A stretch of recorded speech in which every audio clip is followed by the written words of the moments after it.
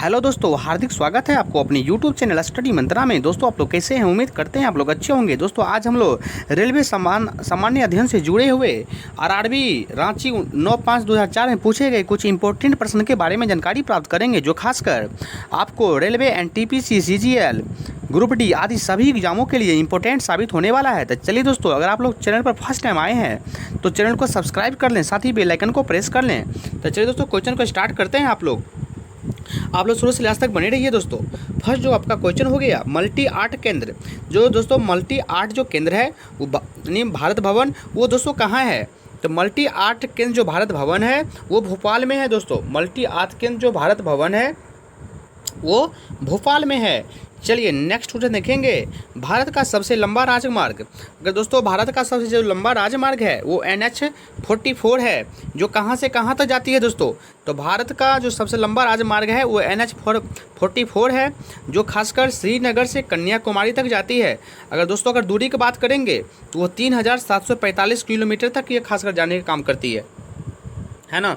तो दोस्तों याद कीजिए आप लोग अच्छे से ये क्वेश्चन को, है ना, कि भारत का सबसे लंबा जो राजमार्ग है वो NH-44 है, जो खासकर श्रीनगर से कन्याकुमारी तक जाती है। अगर इनकी दूरी की बात करेंगे तो दूरी जो है दोस्तों 3745 किलोमीटर। चलिए नेक्स्ट क्वेश्चन देखेंगे, सभी वायुमंडलीय क्रियाएं जिनसे मौसम की अवस्थाएं बदलती है ना, वो किस में होती है दोस्तों? तो सभी वायुमंडलीय जो क्रियाएं हैं, है ना, सभी वायुमंडलीय जो क्रियाएं हैं जिनसे मौसम की अवस्थाएं बदलती है वो किस में होती है? तो वो जो होती है दोस्तों वो ट्रोपोस्फीयर में होती है। कहाँ होती है? तो ट्रोपोस्फीयर में। सभी वायुमंडलीय क्रियाएं जिनमें मौसम की अवस्थाएं बदलती है वो खासकर ट्रोपोस्फीयर में होती है। चलिए नेक्स्ट क्वेश्चन देखेंगे, मार्बल दोस्तों एक कौन सा चट्टान है? अगर मार्बल की बात करेंगे दोस्तों, उससे हम लोग मार्बल को, है ना दोस्तों, संगमरमर भी बोलते हैं, है ना। तो मार्बल एक कौन सा चट्टान है? तो मार्बल अगर बात करेंगे तो ये मेटामॉर्फिक चट्टान है दोस्तों, मेटामॉर्फिक रॉक चट्टान है। तो मार्बल एक मेटामॉर्फिक रॉक चट्टान है, याद कीजिए। चलिए नेक्स्ट क्वेश्चन देखेंगे, लीनिंग टावर। दोस्तों आप लोग वैसे बराबर जो है सामान्य अध्ययन में ऐसे क्वेश्चन आपको जो है बराबर मिलते हैं। हाँ, तो आज हम लोग बात करेंगे लीनिंग टावर के। तो लीनिंग टावर जो है वो दोस्तों कहाँ स्थित है? अगर लीनिंग टावर की बात करेंगे तो ये पीसा इटली में स्थित है ना। तो लीनिंग टावर दोस्तों कहाँ स्थित है? लीनिंग टावर है वो पीसा इटली में स्थित है। चलिए नेक्स्ट क्वेश्चन देखेंगे, भारत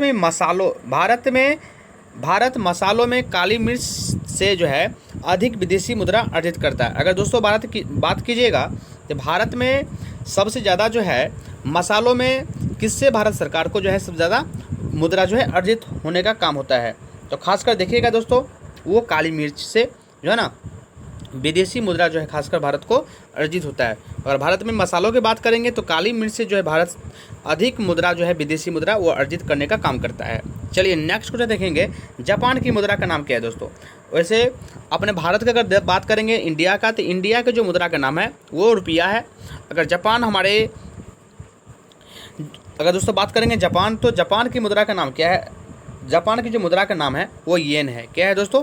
जापान की जो मुद्रा का नाम है वो येन है। याद कीजिए आप लोग, है ना। ये बराबर जो क्वेश्चन खासकर आपको रेलवे में दोस्तों बराबर पूछे जाते हैं, है ना। खासकर आप ऐसे क्वेश्चन देखिएगा तो बैंक में भी इस बार पूछा गया था। तो जापान की जो मुद्रा का नाम है वो येन है। चलिए नेक्स्ट क्वेश्चन देखें दोस्तों, कैलोरी जो दोस्तों किसकी यूनिट है?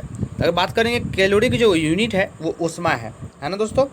कैलोरी किसकी यूनिट है? तो कैलोरी जो है वो उष्मा की यूनिट है। वैसे दोस्तों ऊर्जा का ऐसा जो यूनिट होता है, यूनिट का ऐसा मात्रक वो जूल होता है, कार्य का ऐसा मात्रक भी जूल होता है। अगर बात करेंगे यहाँ कैलोरी के, तो कैलोरी की जो ऐसा यूनिट होती है वो उष्मा, कैलोरी जो है किसकी ऐसा यूनिट है? तो वो उष्मा की ऐसा यूनिट है। चलिए नेक्स्ट क्वेश्चन देखेंगे दोस्तों, सूर्य ग्रहण कब होता है? आप लोग बताइए सूर्य ग्रहण कब होता है? जब चंद्रमा सूर्य एवं पृथ्वी के बीच आ जाता है तब सूर्य ग्रहण होता है दोस्तों। तो यहाँ बात हो रहा है कि सूर्य ग्रहण कब होता है। तो सूर्य जो ग्रहण होता है दोस्तों, चंद्रमा सूर्य एवं पृथ्वी के बीच आता है तब सूर्य ग्रहण होता है ना। सूर्य ग्रहण तब होता है जब चंद्रमा सूर्य एवं पृथ्वी के बीच आता है। चलिए नेक्स्ट क्वेश्चन देखेंगे, कृष्णा सागर बांध कृष्णा जो सागर बांध है ना दोस्तों, वो किस नदी पर है? आप लोग बताइए और अपना आंसर दोस्तों कमेंट बॉक्स में लिखने का काम कीजिए दोस्तों, है ना। आपको लिए जो है हम एक एक क्वेश्चन जो है रेलवे सामान्य एसपीडी सामान्य अध्ययन से आपको एक एक क्वेश्चन दोस्तों हम करवा रहे हैं। खासकर आप लोग भी जो है दोस्तों चैनल को मोटिवेट कीजिए और आप लोग जो है चैनल वीडियो को शेयर कीजिए। और दोस्तों अगर आप लोग चैनल पर फर्स्ट टाइम आए हैं तो चैनल को सब्सक्राइब कर लें, है ना। तो चलिए दोस्तों नेक्स्ट क्वेश्चन देखेंगे हम लोग। कृष्णा जो सागर बांध है ना, वो किस नदी पर है? तो कृष्णा सागर जो बांध है दोस्तों वो कावेरी नदी पर है ना। और दोस्तों अगर कावेरी नदी की बात करेंगे तो ये कर्नाटक राज्य से बिलोंग करते हैं, है ना। कर्नाटक राज्य से जो है दोस्तों ये जाता है खासकर। तो कृष्णा सागर बांध वैसे भी कर्नाटक में है ना। और ये कौन सा नदी पर है? तो कावेरी नदी पर है। चलिए नेक्स्ट क्वेश्चन देखेंगे दोस्तों। सात पैगोडा का संबंध किससे है दोस्तों? सात पैगोडा जो संबंध है वो महाबलीपुरम से है। किससे है? महाबलीपुरम से। याद कीजिए दोस्तों, सात पैगोडा का जो संबंध है वो महाबलीपुरम से है। सात पैगोडा का संबंध किससे है? तो सात पैगोडा का संबंध महाबलीपुरम से है। चलिए दोस्तों नेक्स्ट क्वेश्चन देखेंगे। शुष्क सेल।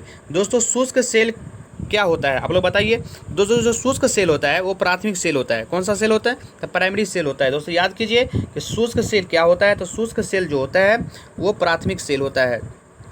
शुष्क सेल प्राथमिक सेल होता है ना दोस्तों। चलिए नेक्स्ट क्वेश्चन देखेंगे।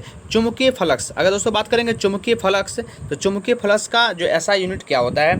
तो चुंबकीय फ्लक्स का जो एसआई यूनिट होता है दोस्तों वो वेबर होता है। क्या होता है? वेबर होता है। याद कीजिए आप लोग अच्छे से। तो चुंबकीय फ्लक्स की जो एसआई यूनिट होती है वो वेबर होती है। चुंबकीय फ्लक्स की जो यूनिट होती है वो वेबर होती है। चलिए नेक्स्ट क्वेश्चन देखेंगे। टेलीग्राफी का आविष्कार जो दोस्तों किसने किया था? दोस्तों अगर टेलीग्राफी की बात करेंगे, है ना, तो उसका आविष्कार कौन किया था दोस्तों? तो टेलीग्राफी का आविष्कार जो किया था वो मार्कोनी किया था। कौन किया था? मार्कोनी। याद कीजिए दोस्तों, टेलीग्राफी का जो आविष्कार किया था वो मार्कोनी किया था। टेलीग्राफी का आविष्कार कौन किया था दोस्तों? तो टेलीग्राफी का आविष्कार मार्कोनी किया था। बहुत VVI क्वेश्चन है दोस्तों आपको। दोस्तों बल्ब की बात करेंगे तो बल्ब का जो आविष्कार किया था वो थॉमस एल्वा एडिसन किया था। कौन किया था दोस्तों? थॉमस एल्वा एडिसन बल्ब का आविष्कार। टेलीग्राफी का आविष्कार मार्कोनी किया था। चलिए नेक्स्ट क्वेश्चन देखेंगे। दूरसंचार के क्षेत्र में WLL। दोस्तों अगर दूरसंचार के क्षेत्र में अगर बात करेंगे WLL तो इनका संक्षिप्त रूप बताइए क्या होता है? तो दोस्तों दूरसंचार के क्षेत्र में अगर बात करेंगे WLL का जो संक्षिप्त रूप होता है वो वायरलेस इन लोकल लूप होता है। क्या होता है? Wireless in local loop. यानी वायरलेस इन लोकल लूप जो है वो दूरसंचार के क्षेत्र में WLL का जो संक्षिप्त रूप है। तो WLL का जो संक्षिप्त रूप है वो वायरलेस इन लोकल लूप। अगर दोस्तों ATM की बात करेंगे तो ऑटोमेटिक टेलर मशीन होता है। खासकर दोस्तों GDP की बात करेंगे तो ग्रॉस डोमेस्टिक प्रोडक्ट होता है ना। उसी प्रकार से दोस्तों WLL का जो फुल फॉर्म होता है वो वायरलेस इन लोकल लूप होता है। अगर रैम की बात करेंगे तो रैंडम एक्सेस मेमोरी होता है ना दोस्तों। तो चलिए CPU की बात करेंगे, सेंट्रल प्रोसेस यूनिट होती है। तो दोस्तों इससे जुड़ा बहुत सारा क्वेश्चन आता है ना। चलिए दोस्तों नेक्स्ट क्वेश्चन देखेंगे। रडार का कार्य क्या होता है दोस्तों? अगर बात करेंगे रडार का कार्य कोहरा से प्रभावित होता है। रडार का कार्य क्या होता है दोस्तों? रडार का कार्य यही होता है कोहरा से प्रभावित, है ना। रडार का कार्य कोहरा से प्रभावित होता है। चलिए नेक्स्ट क्वेश्चन देखेंगे दोस्तों। अगर आप लोग बात कीजिएगा दोस्तों रक्तचाप किससे मापते हैं? तो स्फेग्नोमीनोमीटर से। तो रक्तचाप दोस्तों किससे मापा जाता है? तो रक्त जो चाप मापा जाता है वो स्फेग्नोमीनोमीटर से।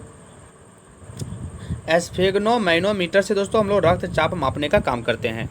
चलिए नेक्स्ट क्वेश्चन देखेंगे।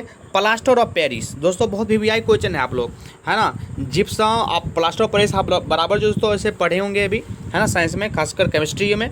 तो प्लास्टर ऑफ पेरिस का जो सूत्र क्या होता है दोस्तों? प्लास्टर ऑफ पेरिस का जो सूत्र होता है ना, वो CaSO4 × 1/2H2O होता है ना दोस्तों। अगर बात करेंगे जिप्सम का, तो जिप्सम का जो सूत्र होता है वो CaSO4 × 2H2O। अगर प्लास्टर ऑफ पेरिस की बात करेंगे तो प्लास्टर ऑफ पेरिस का जो सूत्र होता है वो CaSO4 × 1/2H2O। तो चलिए दोस्तों तब तक के लिए धन्यवाद। देखते रहिए अपने YouTube चैनल स्टडी मंत्रा को। जय हिंद, जय भारत, वंदे मातरम।